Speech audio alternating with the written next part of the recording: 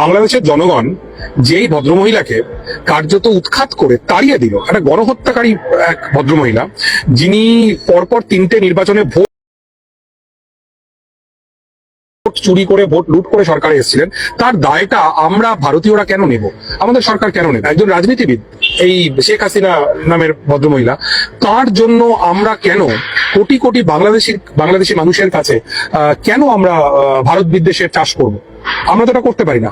শেখ হাসিনার সঙ্গে তার দেশের জনগণের বোঝাপড়া, সেই জনগণ স্থির করবেন।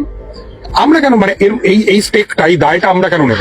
যার বিরুদ্ধে ইন্টারন্যাশনাল কোর্ট অফ জাস্টিসে গণহত্যার মামলা, যার বিরুদ্ধে গোটা বিশ্বে যিনি ধিকৃত এই মুহূর্তে দাঁড়িয়ে, তাকে আমরা সেভ করতে যাবো কেন? না, এখানে একটা বিষয় আছে। ভারতের কিছু রাজনৈতিক বিশ্লেষক বা সংবাদ মাধ্যম, সেখানে বলা হচ্ছে যে এটা সাধারণ ছাত্রদের আন্দোলন বা বাংলাদেশের সাধারণ মানুষের আন্দোলন ছিল না। এই আন্দোলন মূলত মৌলবাদী জামাত এবং বিএনপি ক্ষমতা দখলের আন্দোলন ছিল, সেই জন্য ভারত সাপোর্ট দিচ্ছে। কিন্তু আমি তো দেখলাম যে এখনো পর্যন্ত জামাত বা বিএনপি কেউই এখনো পর্যন্ত ক্ষমতায় আসতেই পারলো না, 3 মাস পেরিয়ে গেল। আর আপনি কি বাংলাদেশের মিডিয়া ফলো করেন? আমি জানি না আপনি করেন কিনা, করা উচিত যদি আপনি বাংলাদেশ নিয়ে কথা বলতে চান। জামাতে ইসলামের যিনি আমির, তিনি কয়েকদিন আগে কি স্টেটমেন্ট দিয়েছেন জানেন? তিনি স্টেটমেন্ট দিয়েছেন আওয়ামী লীগকে ফ্যাসিস্ট বলা যাবে না, তারাও আমাদের রাজনৈতিক পরিবারের অংশ।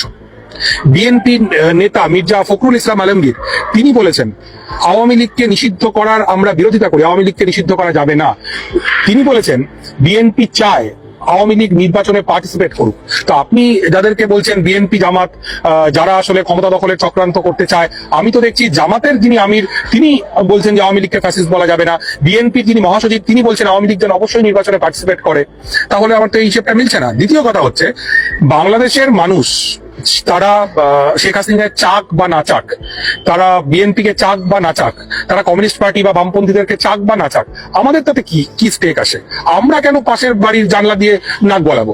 পাশের বাড়ির মধ্যে ধরুন স্বামী স্ত্রীর মধ্যে ঝামেলা হচ্ছে, আপনার কি রুচি যে আপনি তার মধ্যে নাক গলাবেন এবং গিয়ে স্বামীর বা স্ত্রীর পক্ষ নিয়ে অন্য পক্ষের গাল খাবেন? আমরা কেন খাবো? মানে আমি বুঝতে পারছি না, মানে আমার ট্যাক্সের টাকায়, আপনার ট্যাক্সের টাকায় অন্য একজন দেশের বিতাড়িত প্রত্যাখ্যাত এক মহিলা প্রধানমন্ত্রী ছিলেন, তিনি, তার ভরণ পোষণ ইত্যাদি কেন চলবে? এর কারণটা কি? না, আমি প্রথম সারি নিউজ চ্যানেল বা নিউজ পেপারে গত 2 দিন আগেও পড়ছিলাম, সেখানে বলা হচ্ছে যে শেখ হাসিনার নামে অনেক মিথ্যা মামলা দেওয়া হয়েছে বাংলাদেশে। তো সেখানে যদি হাসিনাকে ফিরিয়ে দেওয়া হয়, সেক্ষেত্রে তার একটা ক্ষতির সম্ভাবনা রয়েছে বা তার উপর একটা আক্রমণের সম্ভাবনা রয়েছে, সেই জন্য ভারত হয়তো আগলে রাখছে না। আপনার ইন্টারেস্টটা কি হাসিনাকে রক্ষা করার? আপনার ইন্টারেস্টটা কি? আমি এটা বুঝতে পারছি না। শেখ হাসিনা যেহেতু দীর্ঘদিন বাংলাদেশের প্রধানমন্ত্রী ছিলেন, ভারতের সঙ্গে সুসম্পর্ক ছিল, সে কারণে একটা তার মানে আপনি বলতে চাইছেন যে শেখ হাসিনা ভারতের কর্মচারী ছিলেন এবং এই মুহূর্তে আমাদের রাষ্ট্র চাইবে বা আমাদের সরকার চাইবে তার কর্মচারীকে নিরাপত্তা দিতে। এটা মানবিকতার দিক থেকে হয়তো। আপনি যখন শেখ হাসিনার নির্দেশে পুলিশ গুলি চালালো, তখন রিয়া গোপ বলে একটা 7 বছর বয়সী হিন্দু মেয়েকে স্নাইপার গুলি করে মারলো, তখন 1.5 সহস্রাধিক মানুষকে এই শেখ হাসিনা নামক মহিলা 20 দিনের মধ্যে গুলি করে মারলেন, তখন কি মানবিকতা কোথায় ছিল? তখন সে মানবিকতা কোথায় ছিল? এই গণহত্যার জন্য তো অবশ্যই শেখ হাসিনার বিচার হওয়া উচিত বলে আমি মনে করি। তার বিচার বাংলাদেশের মানুষ করবেন কি করবেন না অন্য ব্যাপার, কিন্তু যদি আমাদের দেশের সরকার বা আমাদের রাষ্ট্র মনে করে যে শেখ হাসিনা তার পুরাতন ভৃত্য, দীর্ঘদিনের বিশ্বস্ত কর্মচারী এবং এখন মালিকের কর্তব্য যখন ভৃত্য বিপাকে পড়েছে তখন তাকে নিরাপত্তা দেওয়ার, আমি মনে করি সেইটা আমার দেশের জন্য এটা ভালো সিদ্ধান্ত নয়। শেখ হাসিনার যা হবে বা হবে না সেটা বাংলাদেশের জনগণ বুঝবেন। এবং আবারও বলছি, শেখ হাসিনার আমলেও বাংলাদেশে হিন্দু নির্যাতন যথেষ্ট হয়েছে, সমস্ত বিরোধী কণ্ঠস্বর দমন করা হয়েছে। সেক্ষেত্রে আমাদের তো এই আগ বাড়িয়ে এই ঝুঁকিটা নেওয়ার কোনো দরকার নেই। পৃথিবীর কোনো দেশ এই ভদ্রমহিলাকে কোনো ঠাঁই দিচ্ছেন না। ওর পরিবারের মানুষ তো লন্ডনের এমপি। আমি কর্মসূত্রে লন্ডনে থাকি অনেকটা সময়। লন্ডনের 4 জন বাঙালি এমপির মধ্যে একজন তো এই টিউলিপ সিদ্দিকী। সেই ইউকে সরকার সে পর্যন্ত এই ভদ্রমহিলাকে আশ্রয় দিচ্ছে না। তাহলে আমাদের কি দায় পড়েছে যে শেখ হাসিনাকে আমরা এখানে আশ্রয় দেব এবং মানুষের গালমন্দের শিকার হব? বাংলাদেশের মানুষের আমাদের তো কোনো প্রয়োজন নেই। আমরা বাংলাদেশের মানুষের সঙ্গে তাদের যে সরকারই আসুক, ডান বাম মধ্যম যাই আসুক, আমরা তাদের সাথে একটা সুস্থ স্বাভাবিক সম্পর্ক নির্মাণ করবো।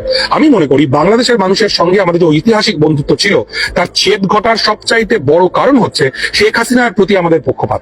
যদি আমরা এই পক্ষপাত না করি, তাহলে বাংলাদেশ এবং ভারতের মানুষের সঙ্গে মানুষের, রাষ্ট্রের সঙ্গে রাষ্ট্রের সম্পর্ক অনেক স্মুথ হয়।